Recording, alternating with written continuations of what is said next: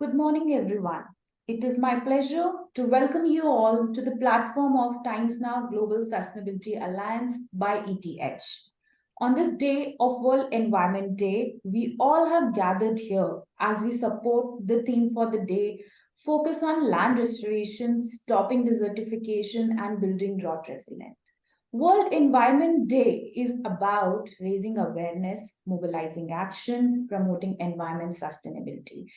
And under the banner of Global Sustainability Alliance, through different campaigns and events and initiatives, we inspire individuals and communities to make changes, foster a sense of urgency, and addressing challenges for a sustainable future.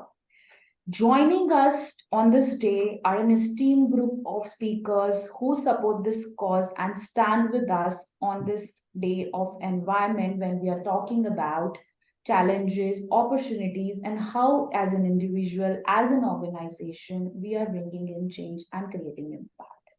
Without further ado, I take this opportunity to welcome all again. And with a quick introduction, I would like to hear from them and start this webinar. Joining us today on this panel is Anjali Ravi Kumar, the Chief Sustainability Officer, Zomato India. We have Anurag Priyadarshi, Head Environment Sustainability, the Coca-Cola Company. We have Anshu Bhardwaj, Program Director, Energy, Climate and Green Transition, Niti Aayog. He'll be joining us soon.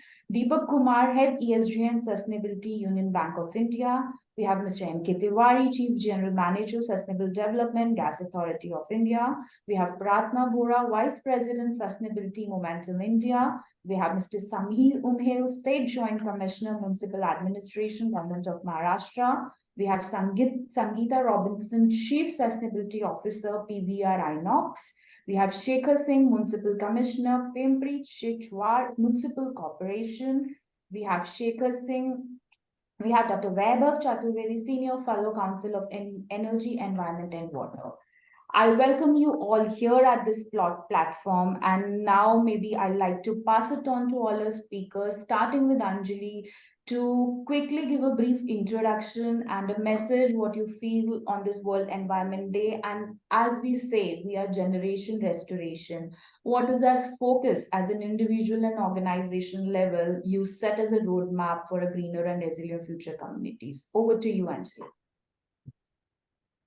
Thank you and good morning. Happy World Environment Day to everyone. I think it's an incredibly important day. It seems to be getting more and more important with every year as we battle with various kinds of natural disasters as well as phenomenon. I'm here to share that Zomato, as a very young company, is also very committed to environmental protection. Our mission is better food for more people, and embedded in that mission is a vision of delivering food that is diverse, that is affordable, that is healthy, that is nutritious, and accessible to everyone, anywhere and at any time that they require it, through sustainable deliveries as well. And we do see this we do see the potential in that mission as helping to transform lives of the various communities we work with, not just consumers, but, as you know, restaurant partners, and then people who supply food to restaurants. So our mission is to really go as far as to impact farmers who are involved in the production of food, and we hope through our many businesses that include Blinkit, which many of you may use, as well as Hyperpure, which supplies restaurant with their consumables, we can have a transformative impact in a positive way. Maybe Anurag, if you want to add on to it. Thank you. Thank you so much, Times Now, for inviting all of us on this very important World Environment Day. At Coca-Cola, for us, we have a vision to refresh the world and make a difference. And connected to that is our strategy, which is very clear. It is centered around our people, our consumers, our employees, and driving sustainable solutions to build resilience into our business, to respond to current and future challenges, creating positive change for the planet. Now, there are 4 or 5 key areas that we focus on. Water stewardship, absolutely critical because it's a key ingredient for our business. And we invest significantly, we bring innovations, we pollinate it across all our manufacturing units globally. We are partnering with Alliance for Water Stewardship to take this journey forward. Circular economy of plastics, we are very, very strongly committed. We have focus on the world without waste because we believe waste has a value.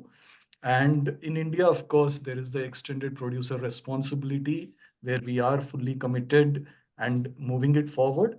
I want to spend a few minutes talking about sustainable sourcing because it's very clearly connected to the agenda of the World Environment Day this year, which is about generation restoration. It's about land, it's about our future, desertification, and various ingredients which go into production and our commitment to sustainable agriculture and sourcing from sustainable agriculture through certification programs, globally accredited like the Rainforest Alliance and Bonsucro, etc. I think those are some of the key ingredients of our overall sustainability strategy. Thank you. I think initial conversation we covered food and water both coming up from the two brands, and we are used to it as an individual, and hearing and getting a start from both of you is like catering to different topics as an individual where we need to look in its water, its waste, its foods, and of course it comes the concept of circular economy and supplementary. Good start. Maybe now I'll ask Deepak to bring in the angle from the banking and BFSI segment about it. Yes, good morning, everyone. Thank you, Times Now, for inviting me on this World Environment Day. This is the first time, and in 2024, we are going to enter into a 50-degree Celsius economy. So that 50 degrees Celsius mark, which we have achieved this year, is going to change the economy tremendously. And in that, we as a bank have a very major role to play. So as we know, so climate change impacts us through two different mediums. So first one is the physical impacts of climate change, and another is the transition impact of climate change. So these are the two impacts on which we as a bank and most of the financial institutions are focusing on. So in physical impact, the impact is like flood, cyclone, drought.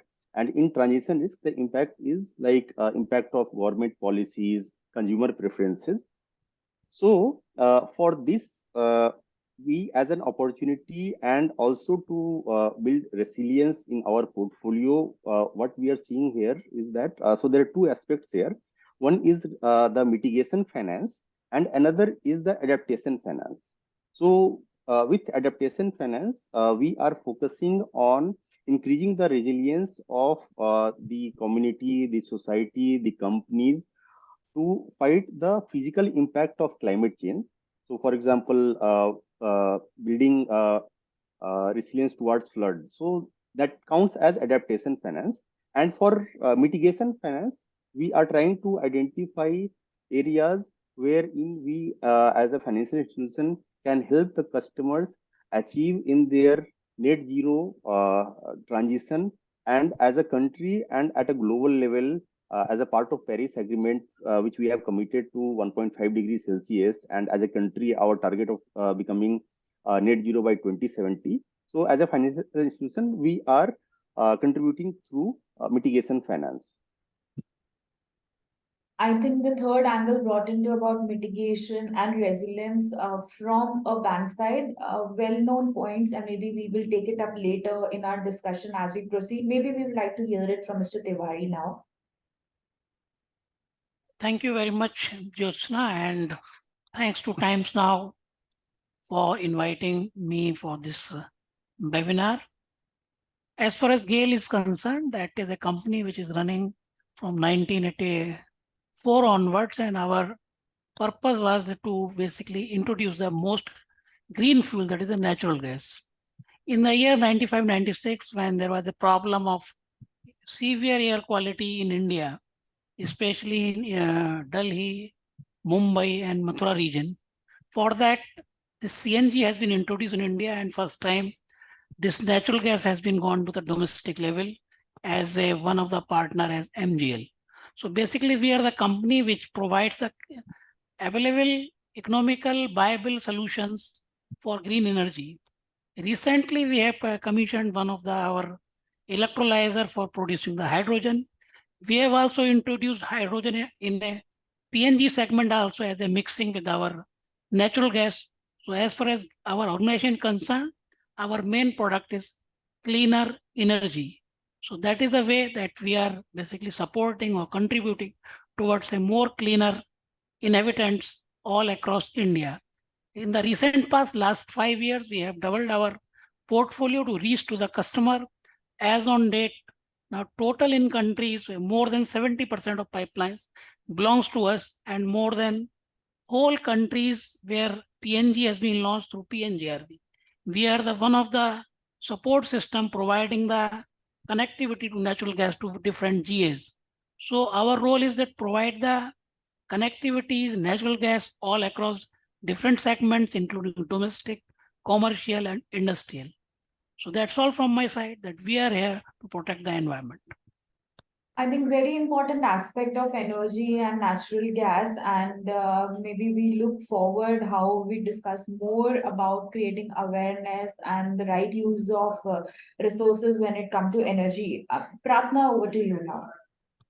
Thank you. Thank you, Jyotsna. And thank you, Times Now Global Sustainability Alliance, and as well as ET Edge for inviting me.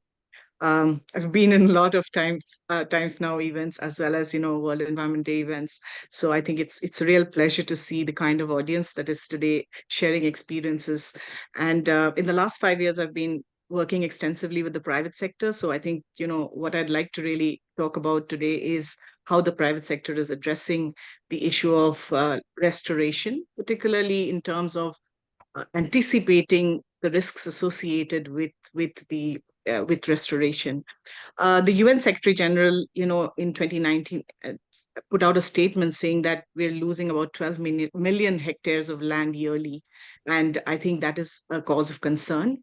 The other issue is that, if you look at a country like US, there were about 25 climate-related incidents that the country had to deal with. So I think, it is important for us to realize that land restoration and building resilient communities is something that we need to work with. As a risk management consulting, one of the areas that, Momentum is seeing as a growing strategy in private sector as well as in cities is the whole issue of risk assessment and risk management. I think that is an area that is becoming more and more priority because one needs to anticipate what kind of risks are there in terms of how we are degrading the land or what kind of climate impact is there. Some of my previous speakers spoke about water resilience and resource, a resource sustainable sourcing from a resource resilience perspective. But I think one of the areas that really needs to be prioritized right now is good data in terms of how we anticipate such issues, which will also help us identify opportunities in terms of addressing these. So climate adaptation, climate mitigation are two areas that we work with. And this is primarily aligned with assessing risks in terms of good data. So I'll stop there for now. Yeah. I think data is a component which we need to talk, and when it comes to ESG and net zero, it plays a crucial role whatever industry it is. So means we agree mitigation and resilience is an important topic, and data needs to be taken up while preparing all the sustainable CSR plans. And maybe we take that up later with you, Pratna, in our discussion during resource. Maybe Samir, if you want to go next. Yeah, first of all, thank you and congratulations for conducting this event. As we know, we have entered the urban century and more than half of Earth's population will be staying in cities. And then, therefore, whatever cities do or don't do is going to have a extremely important impact on the entire gamut of discussions of environment and Earth. These maybe last 5 to 10 years, from the perspective of a national government or the state government, several initiatives have been taken to ensure that the environment in cities and around cities is protected. Few to be mentioned could be the Swachh Bharat mission, in which land restoration is an important part. We have often heard of mountains of solid waste being left at the cities. And this initiative under Swachh Bharat is in state of Maharashtra itself is more than 3,500 crores have been invested into it. And very good results is getting out. And the land restoration by removing the solid waste management, solid waste is creating a good impact. Second, I would like to share is the sewage water treatment, because the environmental load or the air, water, land pollution that cities create is an important element which needs to be taken care of at the union as the state level. And therefore, for under Amrut mission, we have most of the cities in Maharashtra have been sanctioned major capital investments to ensure that the water pollution by sewage water is taken care of.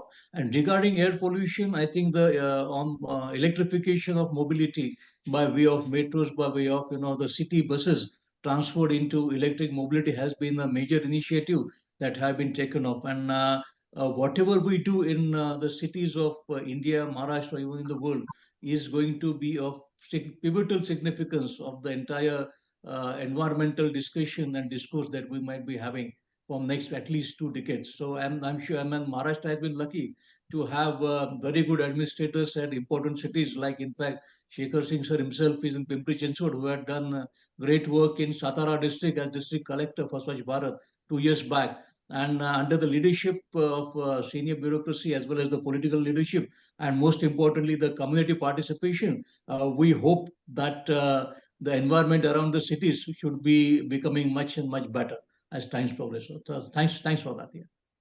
Right. Maybe Sangeeta, if you want to take it up next. Sure. So thanks, ETH and Global Sustainability Alliance for this opportunity to be able to share our views on this platform. Wishing everybody a very happy World Environment Day. So firstly, I personally am deeply concerned today on this World Environment Day.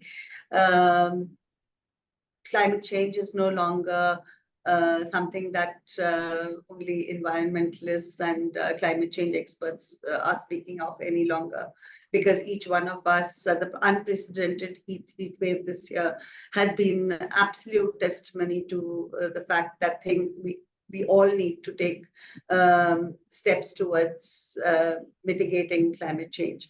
So if we've been doing X, we need to start doing 2X to be able to make sure that the world is a livable place. This year, in fact, I was in Himachal during winter, and there was almost zero snowfall, and that's why we are getting what we are getting in terms of the heat wave. So having said that, PVR Inox is in a business which definitely for us, what is material is power consumption, water consumption, and waste management. So we are working on a three-pronged approach to address each of them.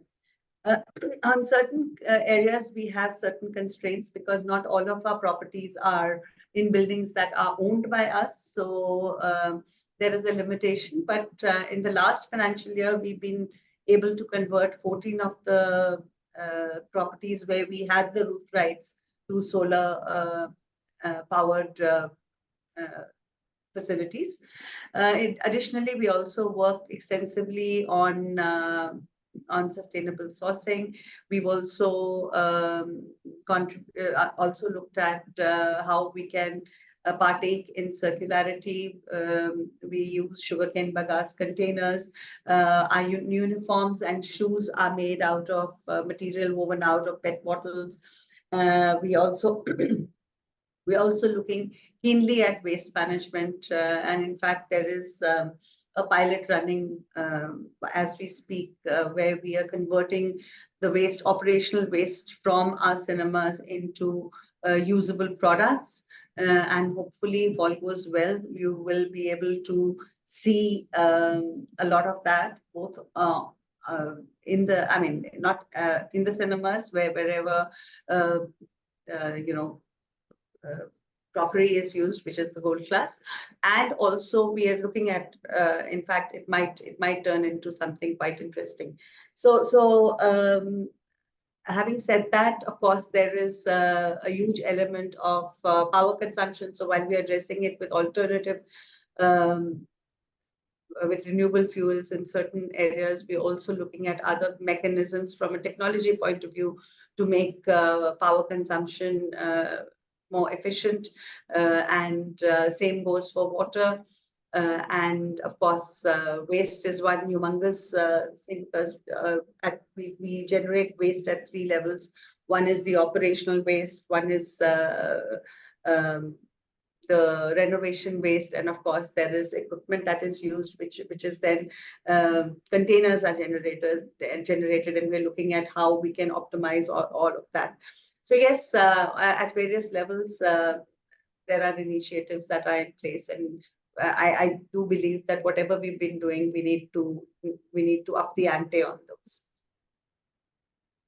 I think so far we brought in all the aspects from different industry segments, and maybe closing it with Shekhar and Dr. Weber, if Shekhar wants to take it up, and then we move on in detailing of each initiative and points where we are all working and creating awareness. Over to you, Shekhar. Yeah. Hi, Jyotsna. First of all, greetings to everyone for the World Environment Day. Thanks to Times Now for inviting PCMC as an organization today. I think a lot of people have said about various things that the various organizations are doing. When we start talking about subnational governments, or more specifically urban local bodies, I think the paradigm shifts absolutely completely in a different direction. Because once you start talking about sustainability, you know, the conundrum that India has as a nation, we are a very developing nation. A lot of nations are already developed who can absolutely take a call with regards to sustainability, which even India has taken, that in spite of the fact that we are developing, we have taken a conscious call about, you know, sustainability on various facets. But still, I think it throws up a lot of challenges, especially in the cities. Mr. Unare was just saying about 50% of Maharashtra is already urbanized. India, not that much, but one thing we should remember, by 2047, the kind of urbanization that we'll be seeing 100 years of our, you know, the independence anniversary, 90% of that urban environment is yet not built. So we have a great opportunity with our country to build that urban environment in the way that we want, so that it becomes more sustainable. But sustainability also throws, Jyotsna, a lot of you know, conflicts when you're working at the administrative level. Very small example of, you know, whenever we try to promote cycling and pedestrianism, it comes in conflict with the people who are driving their car. Even amongst your audience today, how many of us have actually traveled today by cycle? If you take a straw poll, you will hardly get 5 or 10 people. And that also throws challenges in terms of the climate that is there in the country and various other infrastructure that is being made available by the city. Again, another issue that comes up for Pimpri-Chinchwad, for example, it's a very young, dynamic, very, very developing city. There are still parts of the city which are developing. And it throws up a challenge in terms of, you know, whether we keep growing or whether we put a sustainability matrix around it, which PCMC has now decided. So we have our sustainability cell where we have 6 verticals. We are dividing all the activities that we do from the lens of sustainability. But one final point probably is that all of this also requires a huge amount of financing. And financing also for the daily bread and butter needs. I still have to provide drainage. I still have to provide water. I still have to provide new roads in the developing areas.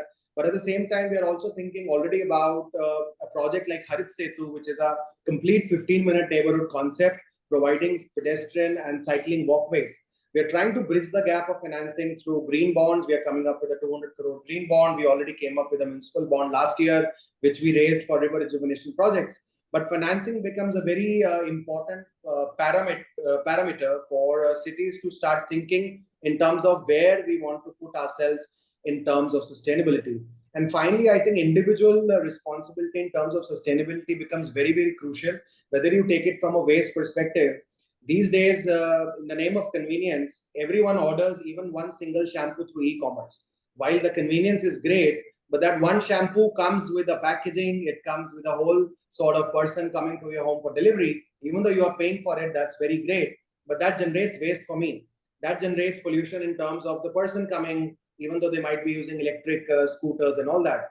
But so I think we need to put this entire thing into a framework where we move from individual responsibility to community responsibility to sub-national governments in terms of urban local bodies, state, national, and then the international paradigm. And I think if everyone starts taking responsibility at the level, and in between you have organizations, you have companies, all the esteemed members that are there on the panel also today.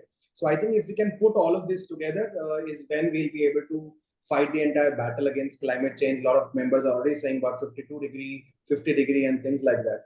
So thank you. Those are just the opening comments.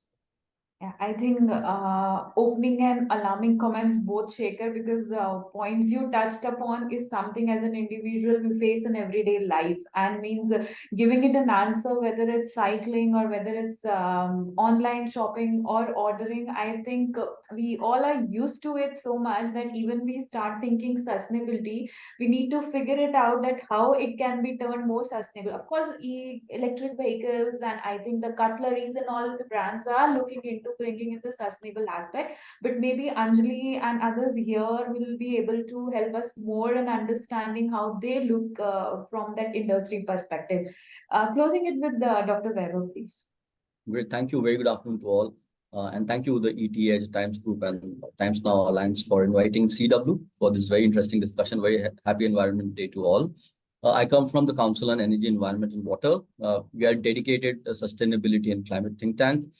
Essentially, we are a research organization. So continue to look at a lot of data and then analyze all that data. And then ultimately, whatever the insights come out, outreach is extremely important. Because just we don't want to do research in ivory towers. Ultimately, we have to take it to the either consumers or the private sector collaborators or the government. So that outreach is also very important.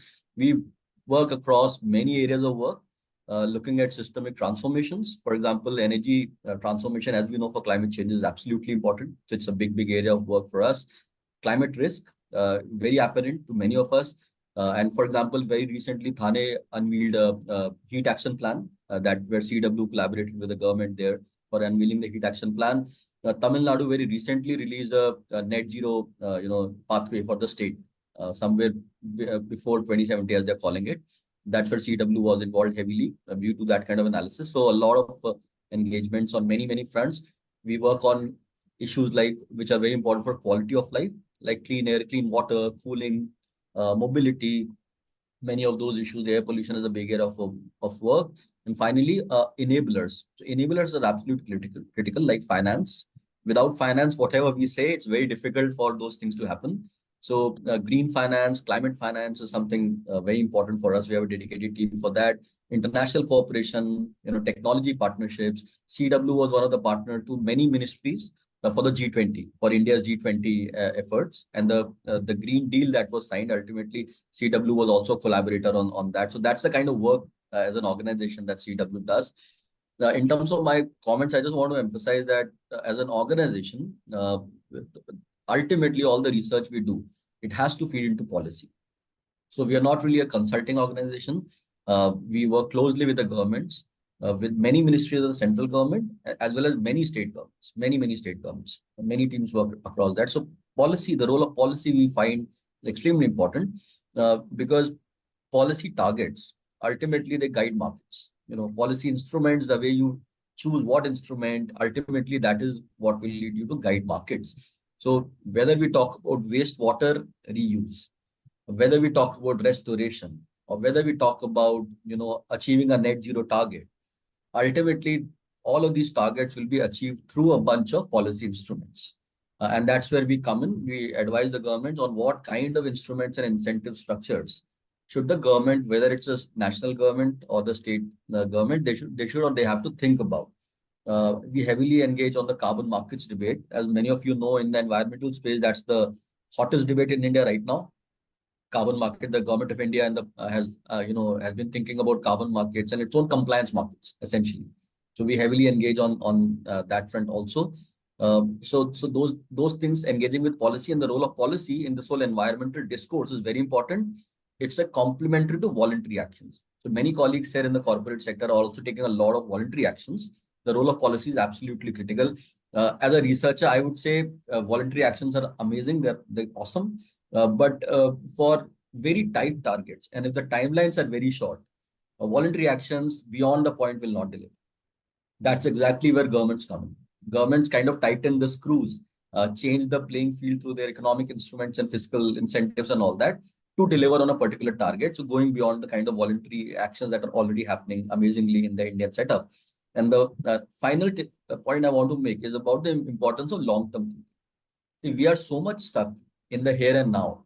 We look at 1 year, we look at 2 years. That's the frame of operation generally that we have, which has history has told us, the last 50 years of India's development itself has told us that if we are looking only at 3-year, 4-year, 5-year horizon, the outcomes could be very perverse, and we get stuck into some long-term, perversity, so to speak, right? And that's why this whole notion of long-term thinking is very important. That's what we thought in the last 10 years. The amazing thing that the government has done is to change that, move beyond the near-term here and now thinking. Near-term is very, very important because we know there are immediate problems that need to be solved, but it cannot be devoid of a longer-term thinking. So the whole concept of net zero 2070, one can argue it is 50 years down the line. Why should we bother about it? But the reality is that puts a target where everybody's aligned now. Government is moving, corporations are moving towards that one target, which is 50 years down the line. And that's the power of long-term thinking. And for implementing long-term thinkings, we need a lot of analytical frameworks. So that's my second point. Long-term thinking has to be backed by analytical frameworks. And that's why, for example, many corporations who are taking their own net zero pledges. You might have heard of so many companies now thinking about 2050 net zero, Indian companies, 2045 net zero, which is a great starting point. Unless you now, as a second step, use an analytical framework to understand how do you actually achieve 2050 net zero. We can't wake up in 2040 to say we want to achieve in 10 years. So looking at a longer term analytical framework that tries to look something 30, 40, 50 years down the line, and there are approaches available. We do a lot of that kind of work. That's what Tamil Nadu's plan is. This 2070 net zero plan is looking at that long-term visions, alternative visions, just to ensure that the near-term actions are aligned to that long-term thinking, and through some structured research and analytical approaches. That's the kind of work we do. So let me stop here. Again, thank you for inviting CW, please. I think, Vaibhav, you very clearly connected our second topic of discussion in terms of bringing in the policy aspects, and maybe very rightly said that even to have a 2070 target, the right planning, the right vision, the right strategies have to be in place, and every day counts. I feel as an individual, as an organization. Maybe now, since we have representation from state governments and all, I would like to ask Samir or Shikhar to comment on it, where Vaibhav mentioned about these long vision plannings and policies, how you see them supporting. Means it could be a case study example of the state, or it could be on the global level. Over to you, Samir or Shikhar, whoever wants to go first and share something. I think I totally agree with Vaibhav that apart from the voluntary, it's about the policy framework which would bring in change much faster, and you could be certain about the change as well. And more importantly, that change needs to come at all levels of government. So it's not that only the central government will do or only the state government do. I think the cities can do as much, not in all framework. It depends on your scope and jurisdiction. A very just quick short example, Vaibhav talked about Thane preparing heat action plan. The same has been done by PCMC, for example. We've also come out with the EV policy. We've come out with a groundwater policy. We've come out now with a cool roof policy. And what the first and foremost thing that these policies do, the devil lies also in the detail. The devil lies in the implementation of these policies. That's very well and good. But the first standpoint is for you to put it right across to the industry, to individuals, to societies, to resident welfare association, and also to our own selves, a framework which we need to follow going forward. Frankly, Vaibhav talked about carbon neutrality, etc. For cities, I'm very, very, I'm very always very cautious in trying to determine whether it should be 2070, 2050, because frankly, even the baselining in cities becomes a very big issue. For an organization, it's very simple to calculate your baselining, but for a city, it becomes a very complex issue, which I am grappling with currently. Some cities have tried to do it. There's always a trade-off between going for an imperfect thing, but then we need to baseline ourselves, and then we need to set the targets for ourselves. And as was very rightly pointed out by Mr. Chaturvedi, we need to move on to those targets. So that's the same thing that we have also tried to do. But absolutely, the policy framework, if we don't set it up, then we don't even have a start point, leave apart the end point. And those become very, very critical even for the cities. So I'm only talking about the cities part. Maybe Mr. Unare can talk at the state level. Just quick example, EV policy we've recently implemented.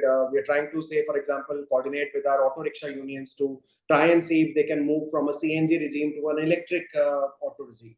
But we are also now mandating that all the parkings, whether it's in industrial places or commercial places, need to start having at least 25% public parking with electric chargers. So very small interventions, but henceforth, all the building permissions that we give needs to have a compulsory this thing in the societies. So things like that, small things or maybe big things can and have to be done at all levels of the government. Maybe So as Shekhar Singh sir had explained as to what can be done at the city level, I believe the challenge we have now is for accelerated deployment of solutions. That's a important element of urgency that we will have to work. And for that, the policy framework at the state level or at the national level is going to be a very important parameter to ensure that the accelerated deployment takes place. So regarding when you talk of cities, it's urban forestry, it is electric mobility, is wasteland restoration, it is bikes and biodiversity, urban wildlife, and you name anything under the sun, and it actually has some relevance and significance at the city level. And therefore, what needs to be done to have accelerated deployment in maybe the 5,000 odd cities and towns of India is a major, I believe, an opportunity and challenge for public administration now, especially urban administration, and how to have a broad template, yet allow the local customization, because the cities of maybe Maharashtra would be different from cities of maybe Arunachal Pradesh, or for that matter, Punjab, or Rajasthan. So I think this is a major opportunity and an effort that needs to be done for having a base template for any of the policies, including environment, and allowing option for customizing it for the local conditions for that. And this probably, I think, is being taken up, and we hope to see many city level policy initiatives aided and supported by maybe a national framework or a state framework, with the help of academia and research and think tank ecosystem, so to say, so for that deployment of policies at city level. And I think this will be an important important takeaway out of even this webinar for all of us, to how to make this happen and how to have the knowledge base available at the city level, because the cities, of course, preparation today is very strong and very big. But when we talk of, even in Maharashtra, we have got 460 municipalities, and maybe many of the smaller municipalities would require this, policy support and support of how to formulate a policy at the city level. The tools and instruments available at city municipalities, smaller municipalities, the wherewithal, the capacities, the finances, that were very peculiar in that sense. And therefore, this, I think, will be a important task for all of us to ensure that the appropriate policy are devised and, as sir said, executed and implemented at an accelerated level at the cities. Yeah, thank you. Maybe from Mr. Tiwari now, from an industry perspective, when it comes to oil and gas, we would like to hear about the policing being perceived, policing being brought up, and maybe we talk connecting to it, that how we are looking at the partnerships there in the segment and collaborations, and we do look at the execution of what we intend to do. So over to you, Mr. Tiwari. Thank you, Jyotsna. As far as our oil and gas industry is concerned, and basically, this is an industry which is providing the fuel to all across the society, and can be blamed for that greenhouse gas emissions, because it is a fuel which gives the your CO2 and SOx, NOx, and other things. So to supply a fuel which is less on GHG, that is a challenge to us. For that purpose, now bioenergy has come up as one of the tools which can be spread across the societies. And the best part of the bioenergy is that it is generated where it is needed more. That source point is there. As far as other energy is concerned, as on that delivery of energy is concerned, it is coming to a one big city, then it is being distributed all across ground level or village level. But as far as bioenergy is concerned, sources lies at the village level. And if we will see that completeness, where the energy is required to be more in the coming days, that is a per capita energy consumption, certainly in the area which are less developed. So a policy paradigm shift is required, how to basically sustainable make those ecopreneurs so that they can make their a 5 tons per day plant is sustainable on that side. And now municipal authorities are here, they have to provide us the basically MSW at a logistics are required to convert this municipal solid waste to bioenergy, and further basically logistics are to be worked out that self-help group should at a village level that can be converted into a valuable thing of bioenergy. As far as bioenergy is concerned, India is having a potential of 120 million ton per annum. And if we will compare this with the developed countries, especially with Germany, they are coming up with a lot of things on bioenergy.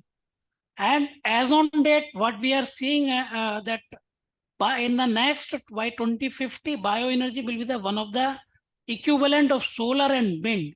So for oil and gas industries, how to support them, we have come up with a new scheme, the Satat scheme, where we are paying directly to the producer, and which is comparably higher than what the natural gas is as on date available on the market. As far as natural gas is concerned, it is $10 to $12 per MMBTU, but we are paying $16 to $18 per MMBTU for the bioenergy. So that support is already there. We have issued LOI of more than 400 different ecopreneurs. They should come out. And as far as ministry is concerned, it is more than 5,000 CBG plants are going to come up. But this is a one initiative from central level, but we require a lot of support from local, because a lot of land requirement is there. Then local logistic support is required, basically aggregation of crop residue, aggregation of other wastage, so that it should reach to the site in a very minimal cost. So this is the area where we can transform the whole energy gamut, this scenario that, and by this way, basically we are feeding to the local economy that they can become the basically energy producers. And recently government of India has come up with one guideline, that is a energy farming. So now your fields can be converted into solar park. And it is being given that if within a 5 kilometer, one substation is there, 25 years PPA is being signed. So policy level, a lot of initiatives are there, 4 or 5 ministries are working together, so many reviews are happening. Now it is a term for the basically local, our civil servants, bureaucrats to identify what are the bottlenecks and support them. So within next 15 to 20 years, I think we can see that as on date, it is less than 1%. Even if we go to 2 to 3%, it will be a big chunk. And for the benefit of this, people who are watching us, or this, as on date, more than 94% or 92% energy is coming from fossil fuel. So a lot of things are to be done, a lot of opportunities are there, and from ecopreneurs need to be supported through banks, through enabling policies at local level. That's all from my side. If any further question, I will like to answer. Deepak, maybe. Jyotsna, at the cost of interjection, I'll just quickly interject. I think one important point that Mr. Tiwari mentioned, I think, and how policy can change things very, very quickly. See, waste to energy, a lot of municipal corporations were going for waste to energy earlier. But since the time last year, green open access rules were issued. So from a policy framework point of view, where the open access was allowed for from 1 megawatt to now it's allowed to 100 kilowatt. That has absolutely opened up the market for waste to energy for all municipal corporations. We are running a 14 megawatt plant currently, where our waste produces 14 megawatt of energy for us, which is 25% of my total municipal demand. But that one single policy instrument has opened the entire market. Similarly, the hotel waste to biogas that we have, the compulsion of 10% blending into the city, this gas will really pump up the entire thing. So that is how a policy framework can really, help it implement on the ground. Maybe Deepak can add from the enabling point of view what Mr. Tiwari mentioned. Deepak, if you want to take it up. Yes. So Coming to the financial sector, so RBI has come up with guidelines on green deposits, and they have also come up with draft guidelines on the disclosure requirements. But from a policy perspective, what we are lacking and which will really boost everyone, whether it is corporates or whether it is municipalities, state governments, or central government.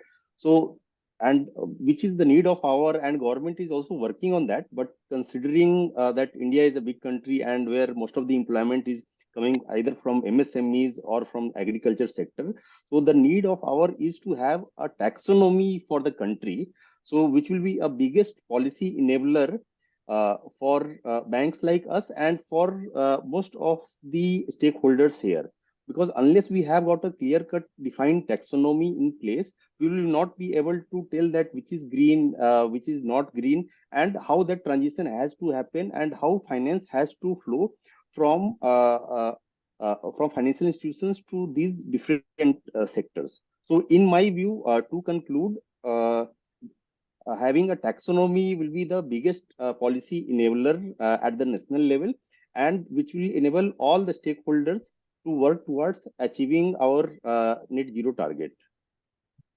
Maybe I go to Sangeeta and then come to Anurag, Pratna, and Anjali, talking more from the perspective that we know the policies are in place or what need to be in place. And there is ask in the community when it comes to the net zero goals and sustainable development. What are those community-based activities which as an organization you all are leading when it comes to the different groups? And how do you think they are creating awareness or creating that impact and bringing that change? To Sangeeta, Anurag, Pratna, and Anjali. So I would like to extend what Sameer and Shekhar mentioned, one from the policy angle, and of course, taking your cue to speak on community level initiatives. So last year in March, in fact, we did a large campaign with Bhumi Pednekar, who's also the brand ambassador for UN, and we thought that would, kind of leverage the fact that we are a media, a cinema exhibition company, and those kind of influencers would kind of spur individual behaviors, and we sent out a call to action to people coming for films. A 10-point agenda of things, little things that they could do in their own lives in terms of carrying cloth bags, small things. Obviously, you don't ask them to do complex things, because then that becomes a deterrent on as the word goes. So we were not able to put a number to changing behaviors, but we thought that was an initial initiatives that some of it should remain with people. At the other side, we also work with, and I would imagine that large organizations like Zomato and others would also have a huge opportunity where influencing employee behaviors is an effective way of being able to kind of manage and sensitize people on the fact that their actions also have a repercussion. It might be small, but when the cumulative result of those actions is pretty detrimental. In fact, we were talking about packaging, and unfortunately, at policy level, we don't think before we just throw our garbage. And there are few societies that encourage segregation, and in fact, the society I stay in has separate plastic collection. I would imagine, separate e-waste collection drives and things like that at community level would go a long way, because people are not even conscious of the kind of, how we just dump stuff. And of course, PMC being there, at the receiving end, and it's not a very happy situation. I cross the Faridabad Gurgaon garbage dump every morning, and it's a sore sight, of course. So basically, from a responsibility point of view, there is no taxation or there is no cost that I pay for all the garbage I dump out as an individual and then as a society and a community. So basically, while policy is important, but I believe that we as individuals and collectively as a community also can do a lot in terms of changing behaviors.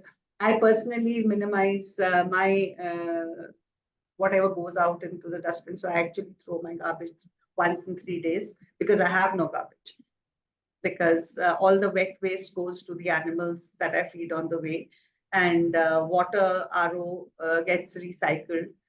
So basically, I have almost zero garbage.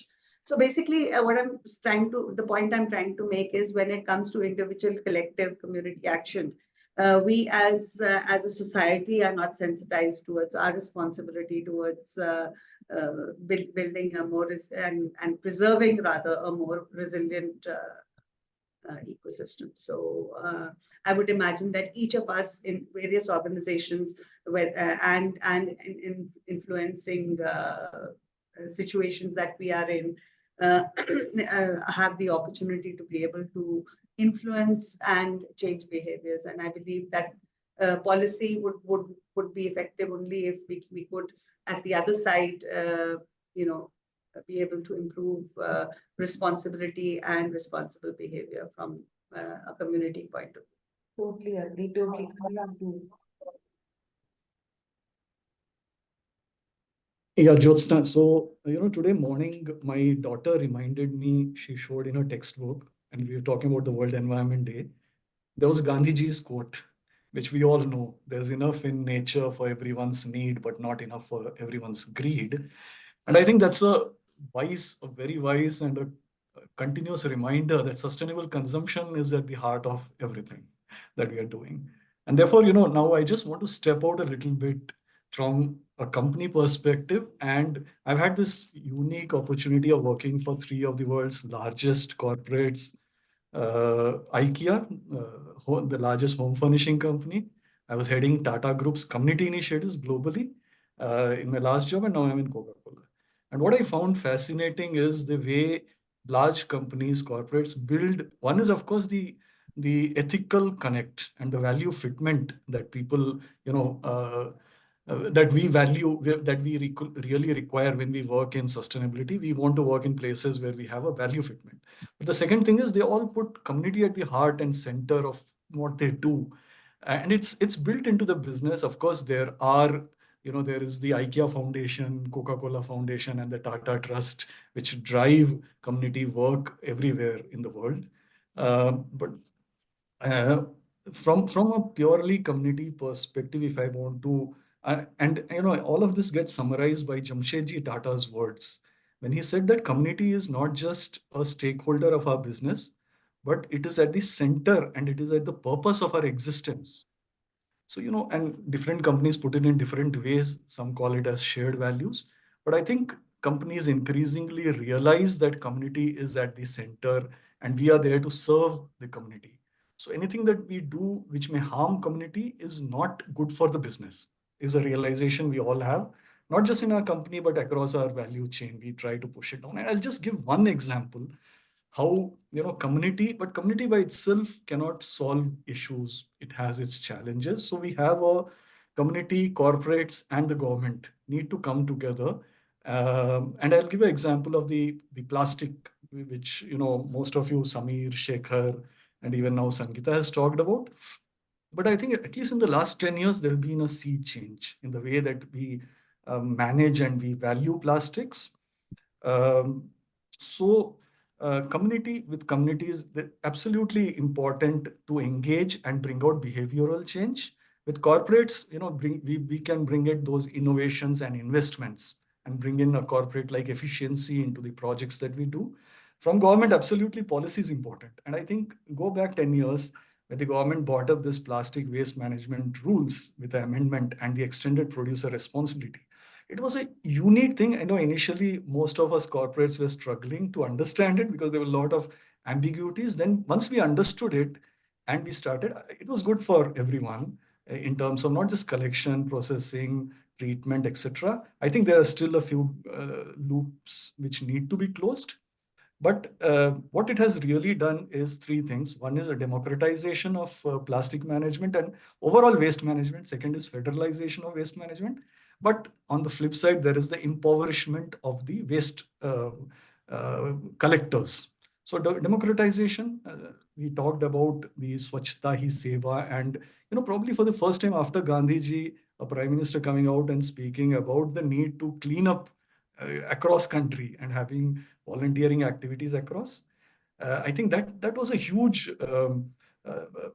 push. And what it also did was we have this collection even in our homes. They come, and if we have not segregated, I'm happy to see that the waste collector actually tells us, sir, we'll not take your waste if you have not segregated wet and dry waste.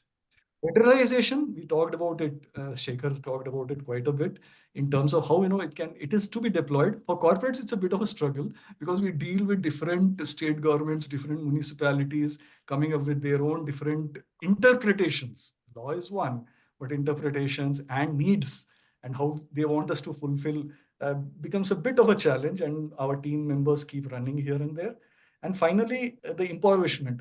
So when the EPR Act has come in, and corporates have pumped in a huge amount of money in the EPR Act. I mean, there are various estimates of the numbers, but in these last 10 years, more than 20,000 crores probably. But still, the money is not going to the waste collectors. Their lives have not improved, the rag pickers. So I think there is a challenge there. And one of the solution has been, of course, a pre-competitive collaboration called India Plastic Pact, which is based on the Macallan Arthur Foundation. It's working across India, more than 40, especially corporates, all the large FMCG companies are part of it. It is driven by the CII, the Confederation of Indian Industries, and you have members across the value chain, including representations from the waste collectors, including the waste management companies, etc. But what it has really done is one thing, we've set targets for ourselves. It's not just a speaking forum. We have 4 targets for 2030 in terms of increasing 100% recyclable packaging, in terms of going to EPR, in terms of using recycled material in our packaging content, and so on and so forth. You can maybe look into. So I think there are, and it has come up with some very astounding studies. For example, one of the study it has said is that 80% of all packaging in India is small formats, the sachets we were talking about. So 80% of it is in terms of numbers, not volumes. Other study has said that almost 90 to 95% of all PET is getting back recycled. So there is a good change because of the EPR Act. 90% of the PET going back and getting converted.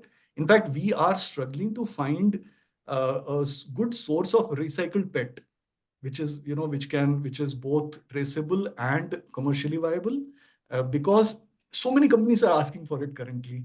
So there is a huge demand on that space. Companies have committed to targets, and we are seeing some interesting changes. So I'm looking forward to a very good future. Just one example in terms of how community, corporates, and governments can work together to solve one of the problems. Thank you so much. Pratna, if you want to take up. Yeah, I'm going to slightly shift the conversation a bit from waste to restoration, because I think the topic is restoration. And I think, what happens is when we have these conversations, sometimes I think land restoration and the certification, as well as, managing drought resistance kind of gets lost in the conversation. So I just want to make a few comments based on what I said initially in terms of risk and opportunity assessment and the role that private sector can play, as well as now having heard, the policymakers and their initiatives, how there's an opportunity where we can integrate the 3 pieces, the community, the private sector, and the policy, to come up with, come up with solutions for generation restoration, because that's what World Environment Day topic is. And I think Anurag touched upon it, in terms of sustainable sourcing. And I feel that the community engagement is a huge opportunity when it comes to engaging with the supply chain. And most of the companies, as well as the cities, as well as every industry, we are dependent on nature at some point of time or with land at some point of time. So going back to that, I think the engagement of the community, how does one look at restoration from the perspective of the fact that we also give back to the earth what we take. I think that is a narrative that needs to, come in much stronger. Setting targets is fine, but I think there is a community out there which can be really engaged in terms of drawing knowledge. Data says that about 75% of the companies are already engaging in the value chain. But if you explore the data deeply, it talks about engagement mostly in the context of regulatory frameworks in terms of, taking the policies or the frameworks or the disclosures to the level where you get communities and supply chains to account for their emissions. But I think there's an opportunity there, and I'm sure we have like companies who are very much ahead of the curve as far as engagement with communities are concerned, in terms of how they're working on. And I think there is an opportunity in terms of how does one engage with the community that we're sourcing from, which is primarily maybe the agricultural community, or maybe the community which is dealing with the natural resources. How does one look at opportunities there? And I think there are some options where countries have started working. And I feel this is a very important dialogue for countries like us, because emerging economies are taking a lead in it. Brazil's taking a very strong lead in terms of integrated farming, agro-based industries, agroforestry, rehabilitating degraded lands. I think these are some conversations that can also percolate into the city level, because that creates an opportunity, because the private sector has the answers, the tools, the technology, the innovation to translate those learnings to the community, and also bringing that within the space of the urban, because there was a lot of conversation on the cities and how does one look at restoring the land from engaging communities by basically looking at natural resources. Because I think in the next decade or so, nature is going to become the big thing, and it's already started becoming a part of the conversation. So I think that is an opportunity for collaboration, and everyone here seems to have a very independent view, and all of us seem to be doing excellent work. But I think there is an opportunity to create a platform where some of these ideas can come together and kind of lead to what we are expecting from generation restoration. Stop there. Maybe to Vaibhav, I'll come back to you, Anjali. I will need a minute with the Vaibhav in terms that we have been talking about natural resources, energy, water, solar, all these things. If you want to conclude before leaving about how you look at from a generic perspective, and also that one last question I wanted everyone to answer in terms of what is that one initiative you need to pick, you feel need to be brought up at your organization level, and you want to introduce, which would you feel could create an impact to you, Vaibhav? Great. Thank you. A lot of very, very interesting comments. I don't think I can add a lot more. I've already said emphasize the importance of policy in my initial comments. I think I would say what we are increasingly realizing is the role of incentive frameworks has been very powerful. In the sense, how do you price resources? And there are many different opinions about these kinds of things always in the larger ecosystem. But the whole point about green credits, the government of India has launched. Green credit is also an incentive architecture, right? It could be used for water conservation. It could be used for a lot of other things, right? The whole idea about carbon pricing, whether the pricing is through carbon markets or any other way to price carbon, it is essentially a price signal that is being sent to market.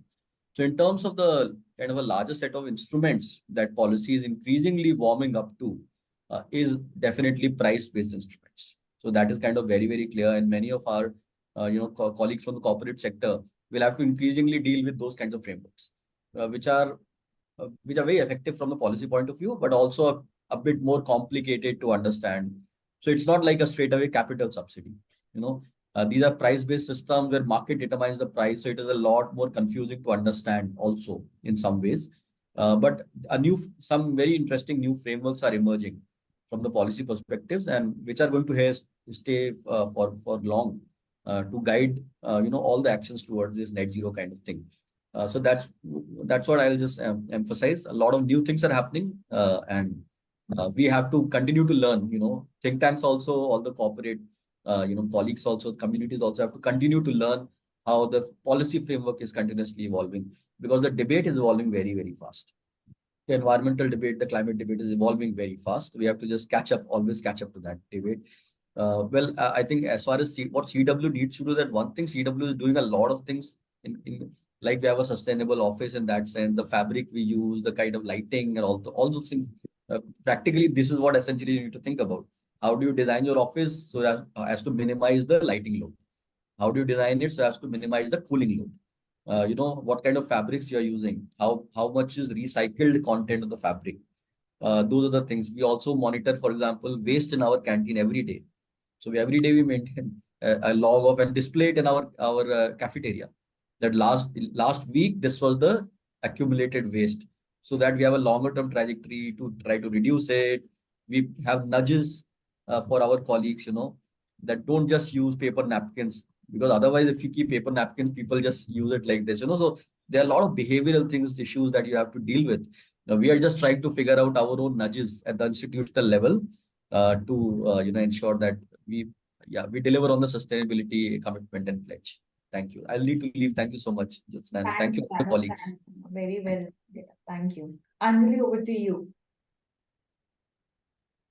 Sure. I'll just expand a little bit on how we look at communities in Zomato. So I'll speak specifically of the food delivery business. So we actually serve 3 different kinds of communities. So there's the community of consumers, and who, as Vaibhav said, and as Sangeeta said, we should be trying to influence them to behave, again, through sort of incentives or making environmentally sustainable behavior aspirational. Right? So we have tried this and have been successful, actually. We were the first food delivery platform in India to introduce do not send cutlery as a tick box on the app. And you'll be pleased to know that about 4 out of 5 deliveries today do not have cutlery associated with them, reducing cutlery waste quite substantially. While it's a small measure, it was something that consumers felt they could participate in, and it's resulted in over 1,900 metric tons of waste being reduced over 3 years. What we have also seen is that consumers want things to be convenient.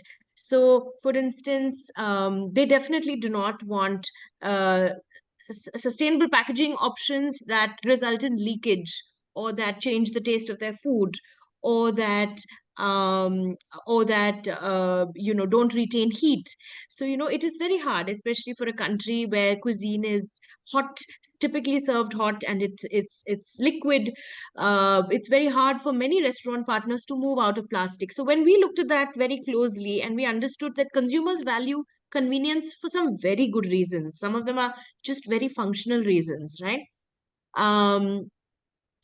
We realized that restaurant partners themselves may not have the wherewithal, given that more than 60% of restaurants in India are informal businesses, and they're perhaps almost 80-90% are MSMEs, and a lot of them would not even fall under the EPR regulation. So we took the decision as a brand to voluntarily recycle 100% of the plastic associated with deliveries. And we estimated this, of course, because we didn't have access to all the procurement of all restaurants, but we took a very generous estimate, included brands that might be already recycling their plastic, and we've recycled about 30,000 metric tons of plastic in 2 years. And in our estimate, supported by a third-party consultant, this is about 1.5 times the amount of plastic used by restaurants for delivering Zomato orders. So I think it points here to the role of a corporate in being able to influence behavior of different kinds of communities and set an example for others that are perhaps yet to embrace and assist, positive environmental action. We have a similar thing going on EVs, where we've committed to 100% EV-based deliveries by 2030. This is to help us achieve net zero by 2033. You'll know that for us to achieve 100% EVs by 2030, we have to ensure that everybody who wants to be a delivery partner with Zomato has access to an EV, and we onboard 1 million plus people a year as delivery partners. That means in every town and city of India where Zomato is, there needs to be EV at least available on rent for him or her to be able to take on rent for how many ever hours they want to participate in food delivery. And that's quite a big vision in itself, for which we've been working with something like 75 plus EV ecosystem partners. So we're actually developing that EV ecosystem as we expand our business. So I think the role of corporates here in influencing the ecosystem in a way that aligns with policy is a very important one. And therefore, I think everyone in this group would agree, we'll have to work in tandem. Will the state sets the policies and the incentives and the targets and the mechanisms such as financing.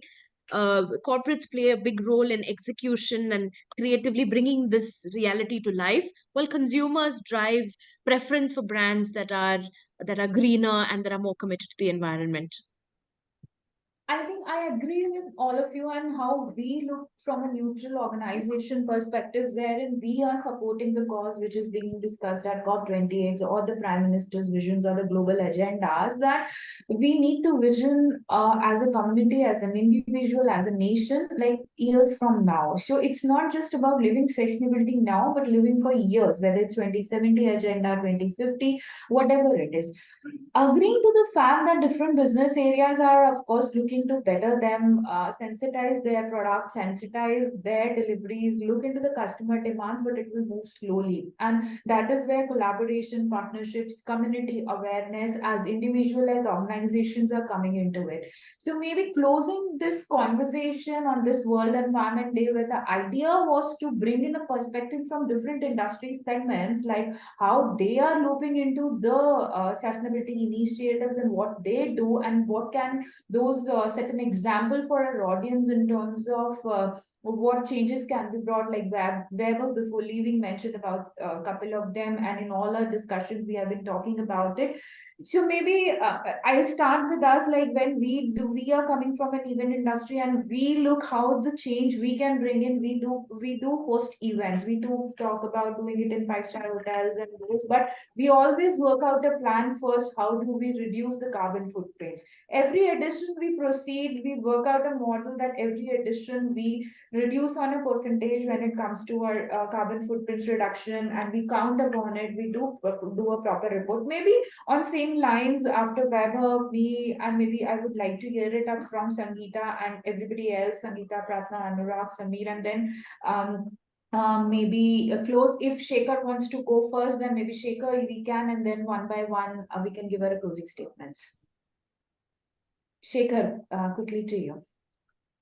Yeah, I think I'm only talking from a city perspective, but I think one few very important comments have been said by the panelists also with regards to individual responsibility, with regards to community responsibility. I think all that needs to fit into the matrix if we do intend to achieve the sustainable targets. I'm again saying, for a developing country, it's much more difficult. We have to be acutely aware of the majority of the cross section of the population which is still not developed in terms of cities, and the section of the society which is still to come above poverty line or needs to progress further, and how to weave that with sustainability. Can't hear you, Shekhar. You can't hear now also? Yeah. Is that okay? So how to weave that into the whole debate about development and sustainability, I think it's going to be a great challenge, but I think we are on the right track, but we need to solve the matrix from individual up to the national government. Thank you. Sangeeta, maybe from you. Yeah, so I in fact have almost answered that question right at the beginning. Yeah. But yeah, so I'm working on a pilot, and that's the one big initiative that if I get what I initiative you mentioned with Bhumi. Bhumi was with us in one of our sessions in Bombay, and she mentioned about the same initiative.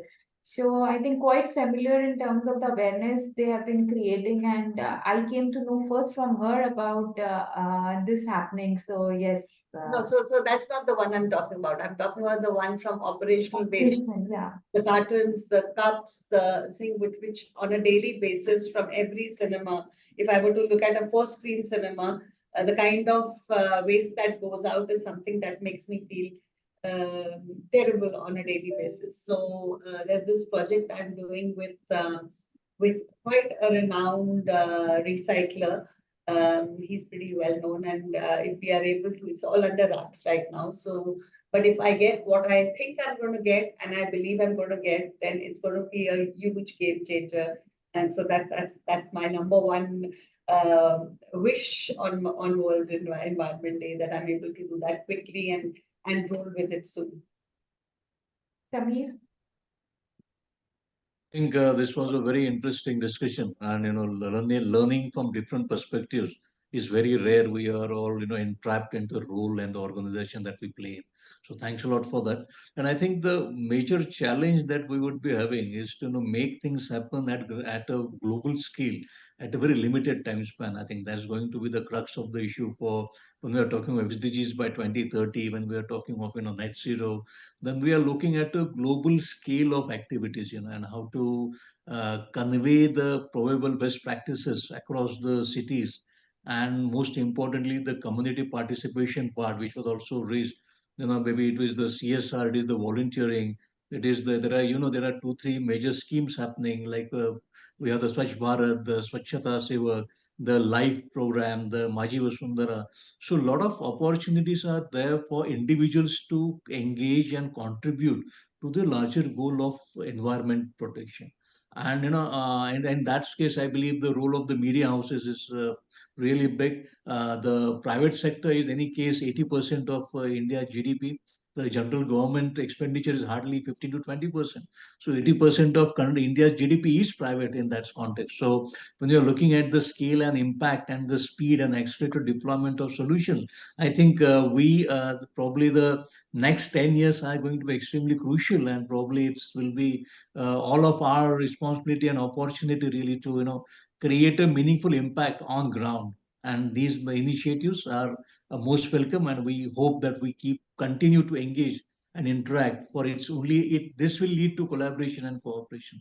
So I think we will require a lot of speed and energy and zeal and determination and commitment to make things happen. Agree. To Mr. Tiwari. Yeah, so as far as initiative is concerned, basically, answer lies in the Honorable Prime Minister's statement that is life, lifestyle for environment.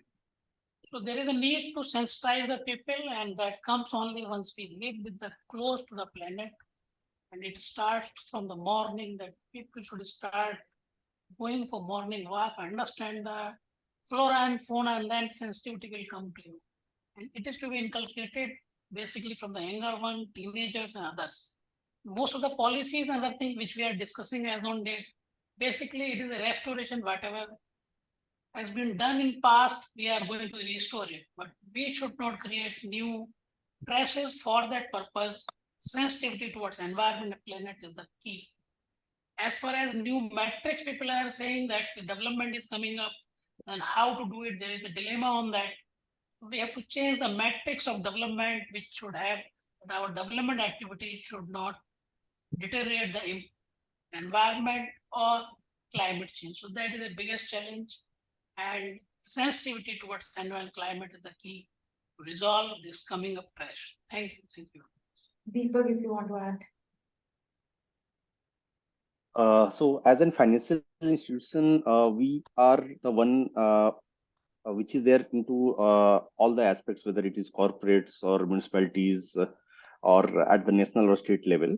So, so from that perspective, we as an institution have started measuring our finance emission, and for last 2 years we have been doing that exercise, and it throws a lot of insights into where the actual finance is going and how much we are contributing to this emission. And based upon those data points, and there are other data points also. So now from climate risk perspective, we are collecting a lot of data points at very granular level, including latitude, longitude level, and also working on the transition pathways, including science-based targets.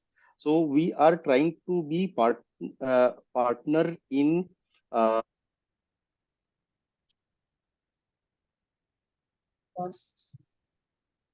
in this. So we are trying to partner with MSMEs and corporates in their transition plan so that they themselves achieve their transition target, and we also achieve our portfolio's transition target. So that's how we are working on this. Anurag? Thank you so much for inviting us, Jyotsna. I think very useful to listen to everyone and learn new things and share experiences.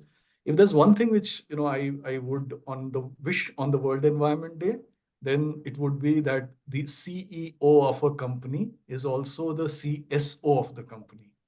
The CEO is also the Chief Sustainability Officer, which means I would wish that the governance of sustainability in corporates change, especially with more focus on sustainability, especially with more ESG focus coming in and investor asking for more disclosures affecting the overall economic output of the company itself, and also from the not-for-profit NGOs, the government.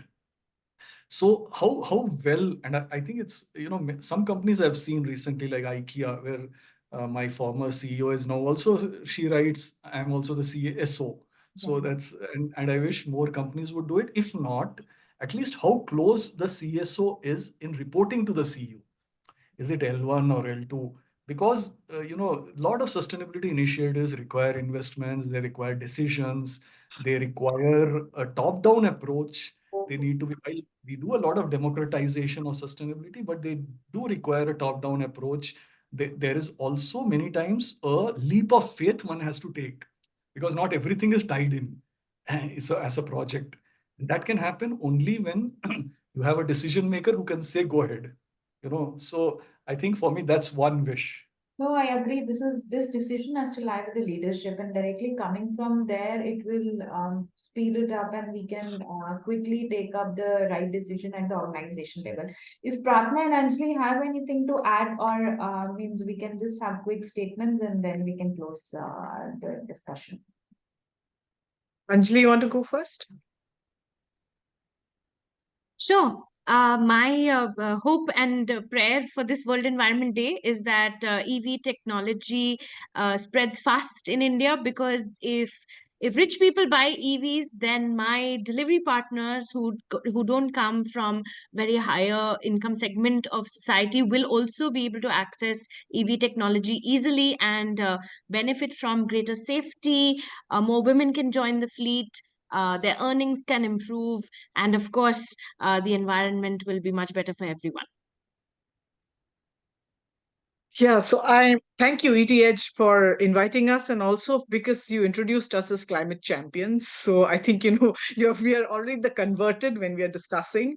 So I think what is probably, my wish is that it's a big country. There are many worlds, and I think we touched upon it that there's a lot of opportunity out there which still needs to be tapped. I mean, as I said, we have industry leaders here, we have policy leaders here who are on the top of the curve.